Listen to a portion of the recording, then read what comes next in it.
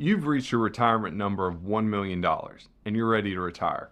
That's awesome, and you should be proud of how hard you worked to get there. But there is a rule that almost no one talks about openly, and that is exactly the point. The wealthiest retirees you know, the ones who seem calm, secure, and completely unbothered by financial stress, all share one habit. They never share their number with anyone. Not their neighbors, not their siblings, in many cases, not even their adult children, at least at first.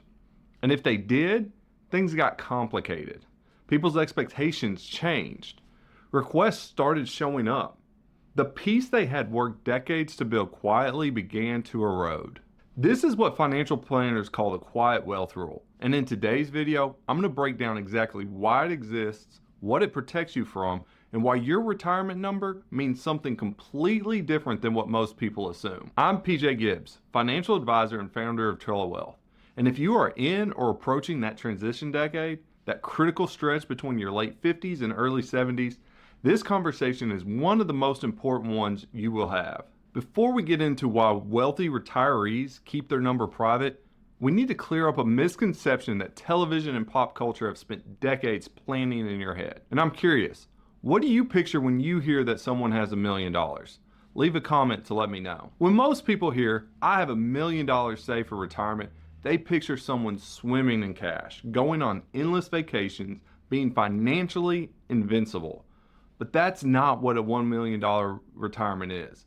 Not even close. The reality is, a $1 million retirement portfolio is an income engine. And like any engine, it has a maximum sustainable output. Push it too hard and it's going to break down. Run it carefully and it can power your life for 30 years or more. The research that defines this is the 4% rule. It was developed by financial researcher William Bengen and later validated by the Trinity study.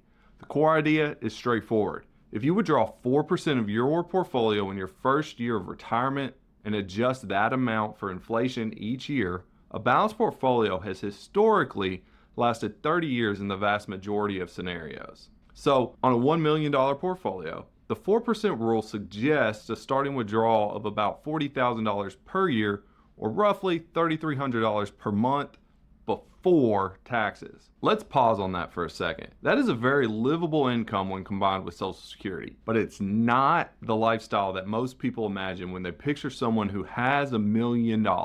This is why how you protect and manage that portfolio matters more than the balance itself.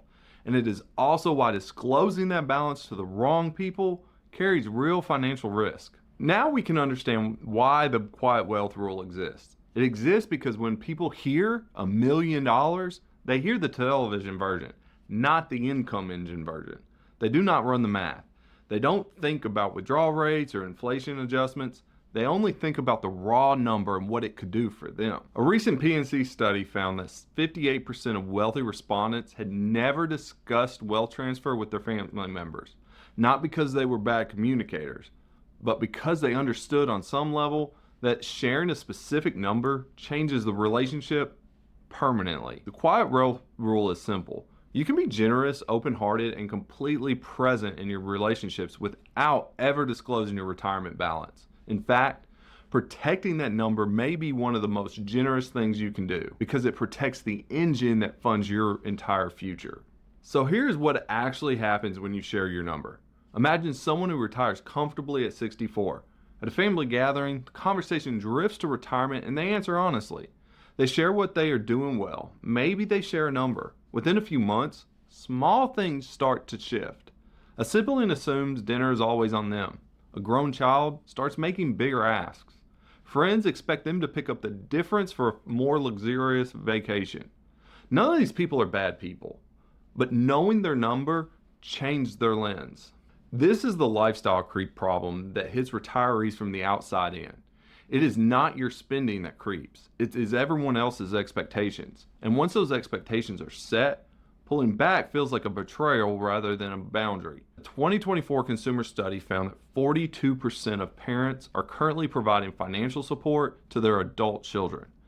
And every unplanned dollar that flows out of a retirement portfolio is a withdrawal the income engine was never designed to absorb. Of all the challenges that come with disclosed wealth, this one is the most financially damaging. It starts with a one-time request. Someone you love is in a tough spot. You help. That is not the problem. That is love. The problem is what comes next. According to a 2024 lending survey, 48.3% of respondents said they would most likely ask a family member for money with no expectation of repayment. When asked who they would approach, parents topped the list at 77.7%, followed by siblings at 75.8% and grandparents at 75.7%. If your family knows you have a comfortable retirement balance, you are statistically the most likely person they will call. And every informal, unplanned transfer is a withdrawal that was never built into your income strategy. When you are pulling from a portfolio that was sized to generate $3,300 a month, a $25,000 informal gift does not just affect this year. It reduces the base that generates every future payment. The engine gets smaller. For the clients I work with, we use retirement guardrails to manage the retirement paycheck. So every $50,000 withdrawal is equivalent to a 5% market drop for a $1 million portfolio, pushing you closer to your bottom guardrail.